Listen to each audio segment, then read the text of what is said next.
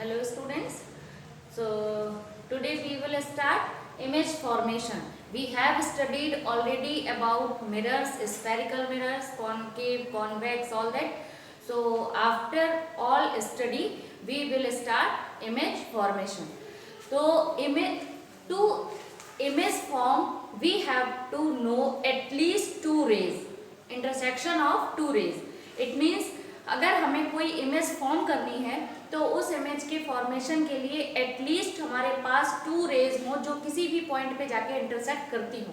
जब भी किसी भी ऑब्जेक्ट से रेज आती हैं तो दो रेज एटलीस्ट हमें चाहिए जो किसी ना किसी पॉइंट पे इंटरसेक्ट हो। सपोज जब भी कोई ऑब्जेक्ट हम देखते हैं तो उस ऑब्जेक्ट से बहुत सारी रेज हमारी आईज पे पड़ती हैं। अब आप देखिए, जैसे आपके सामने अगर कोई वॉल है या फिर कोई गाड़ी खड़ी है तो गाड़ी का साइज काफ़ी बड़ा होता है और हमारी आइज बहुत छोटी होती हैं, फिर भी हम अपनी आइज से पूरी गाड़ी या पूरी वॉल को देख पाते हैं। उसका रीज़न ये है कि ये ज़रूरी नहीं है कि गाड़ी से आने वाली हर रे हमारी आइज पे इंटरसेक्ट हो तभी हमें दिखाई देगा, ऐसा नहीं है। उससे आने वाली कोई भी दो तीन रेज अगर हमारी आइज पे इंटरसेक्ट हो जाती हैं तो वो उसी पॉइंट पे एक इमेज फॉर्म कर देती हैं। इसका मतलब हमें इमेज बनाने के लिए एटलीस्ट टू रेज चाहिए जो किसी न किसी पॉइंट पे आके इंटरसेक्ट हो जाए तो हमें इमेज मिल जाएगी। अब जो रूल्स हम पढ़ चुके हैं उनके अकॉर्डिंग हमारे पास इमेज बनाने के लिए एक फर्स्ट कंडीशन, अगर हमारा ऑब्जेक्ट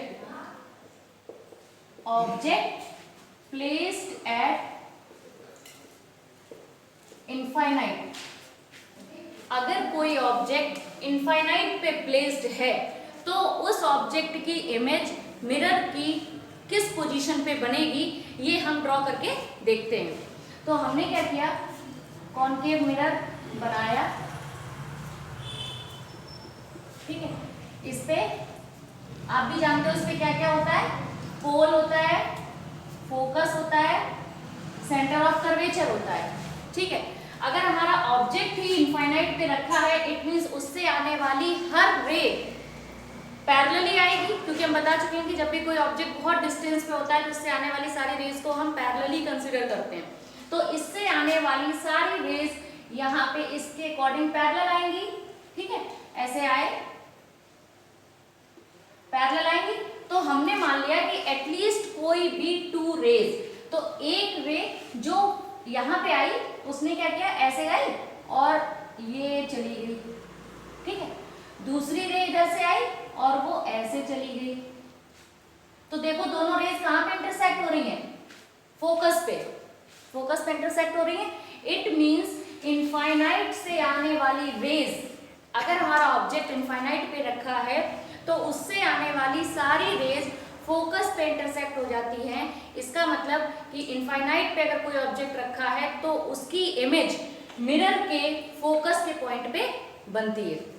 अब इसमें हमें कुछ चीजें स्पेसिफाई लिखनी होती हैं, जैसे सबसे पहले लिखना होगा आपको position of mirror, position of image. ये हर कंडीशन पे आपको लिखना पड़ेगा। पोजीशन ऑफ ऑब्जेक्ट, कहाँ पे इमेज बनी है आपकी, एट फोकस। दूसरी condition size of image, size of image. तो आप देखिए साइज ऑफ इमेज क्या हुआ, आप यहाँ पे अगर हम इस ऑब्जेक्ट को मान ले, एक ऑब्जेक्ट इतना बड़ा था तभी तो एक रे इधर गई और एक रे इधर गई, ये ऑब्जेक्ट था हमारा ए बी। कोई बहुत दूर बड़ा सा इमेज ऑब्जेक्ट था, वो ऑब्जेक्ट जब यहाँ पे आके उसने इमेज बनाई तो आप इमेज देखिए, इमेज तो एक पॉइंट बना है ना, कोई इमेज का साइज दिख ही नहीं रहा है, हमें पॉइंट दिख रहा है। पॉइंट का मतलब कि साइज ऑफ इमेज क्या हो गया, डिमिनिश्ड, D-I-M-I-N-I-S-H-E-D, डिमिनिश्ड का मतलब एकदम छोटा हो गया, बहुत छोटा, मर्ज हो गया तो बहुत छोटा हो गया, डिमिनिश्ड, या फिर इसी को हम कहते हैं पॉइंट साइज,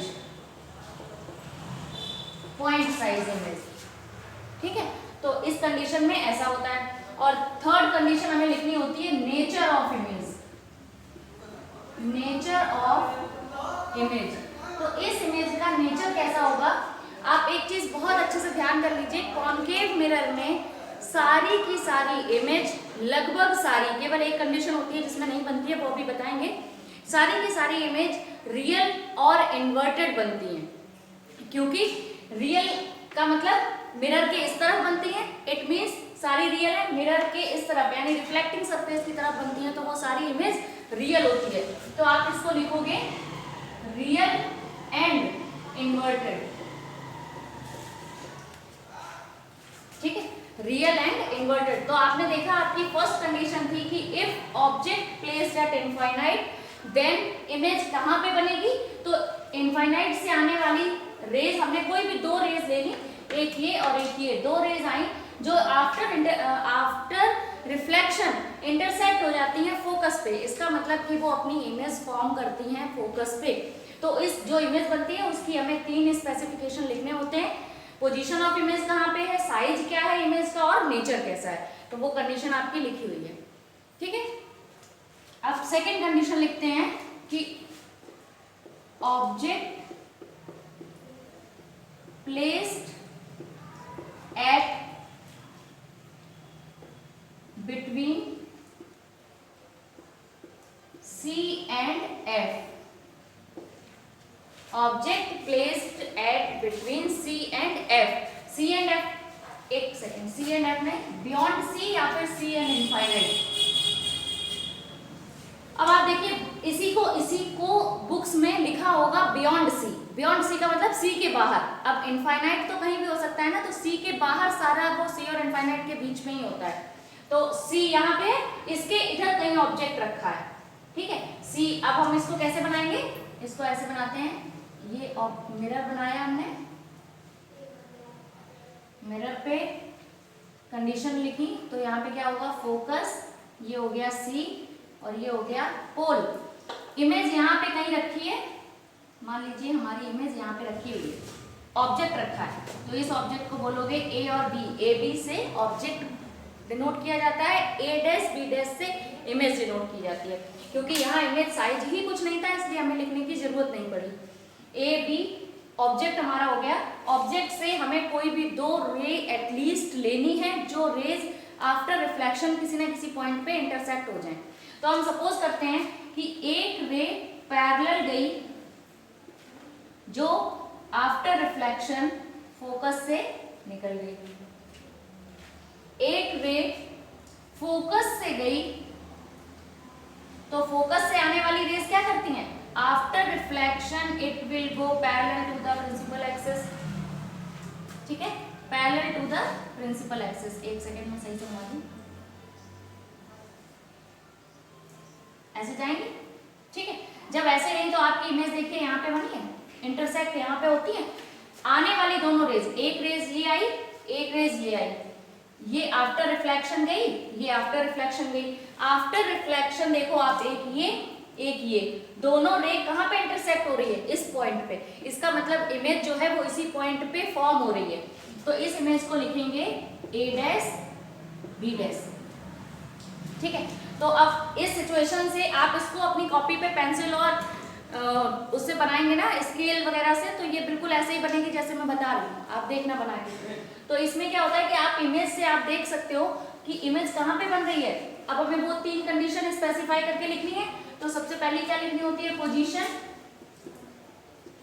पोजीशन कहाँ पे है, देखो बिटवीन C एंड F, बस यही चीज यहाँ पे लिख दो आप, बिटवीन C एंड F। दूसरा क्या लिखना होता है, साइज।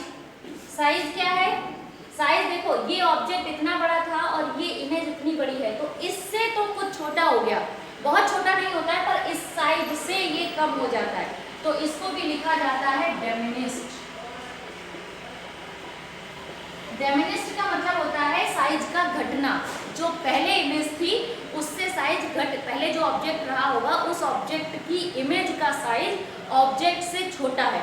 इसको आप डिमिनिश्ड लिख के और ब्रैकेट में लिख सकते हो smaller than object, smaller than object, ठीक है।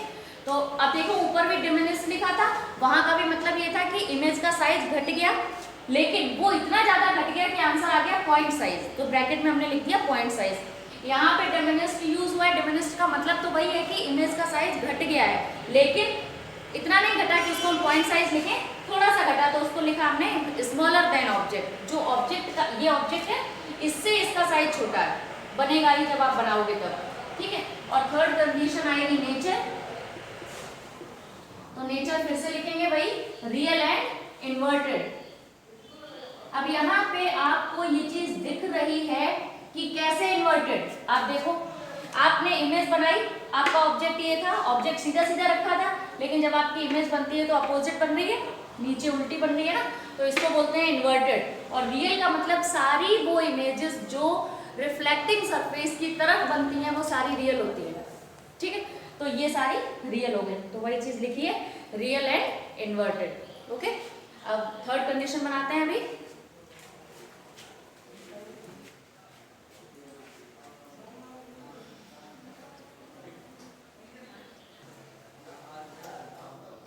Third condition object at C.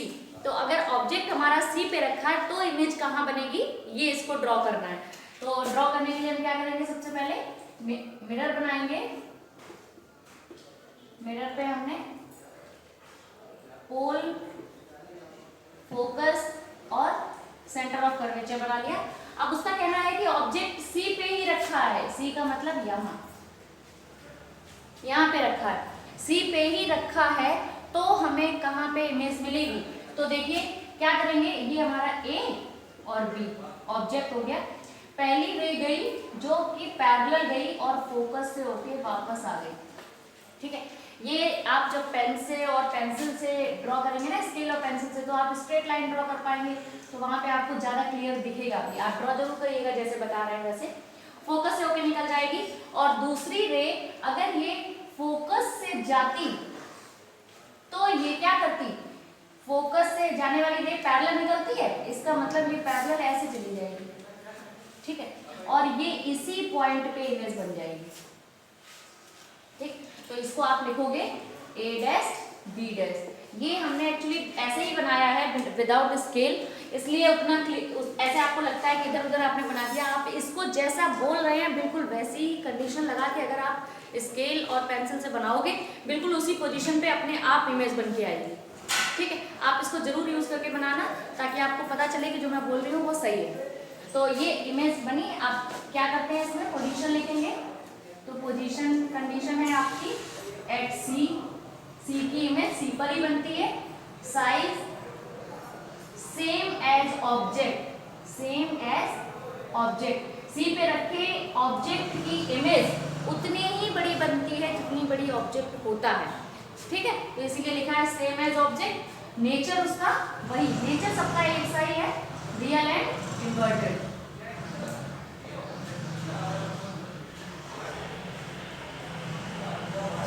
Real and inverted. उसके बाद फोर्थ कंडीशन आपकी आती है कि अगर ऑब्जेक्ट आपका जो है वो बिटवीन सी एंड एफ हो, object between C and F, तो कैसे बनेगी, तो उसका भी डायग्राम बना देते हैं।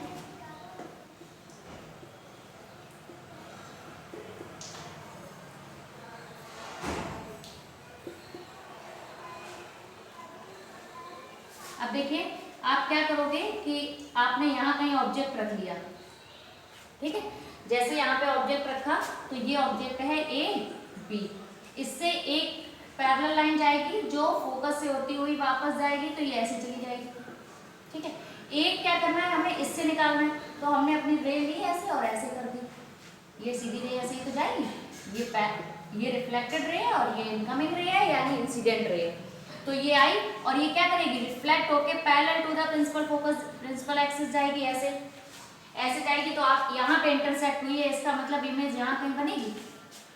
तो आपने क्या देखा, इमेज कहाँ बन रही है, बियॉन्ड सी, सी के बाद बन रही है, सी वाला पॉइंट तो यहीं पे था, सी यहाँ पे और सी के बाद इमेज बन रही है। तो आप इसको वैसे ही लिखोगे बिल्कुल, पोजीशन क्या हो जाएगी, बियॉन्ड सी, या फिर इसी को लिख सकते हैं between C and infinite, beyond C.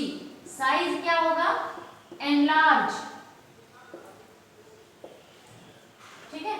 Nature क्या होगा, nature is the same, real and inverted, real and inverted, ठीक है, तो बिल्कुल वैसे ही देखो, आप इमेज बन गई है ऐसे, और आप अपनी कॉपी पे एक चीज बना के देखेंगे तो सेम ऐसे ही इमेज आएगी भी। ठीक है,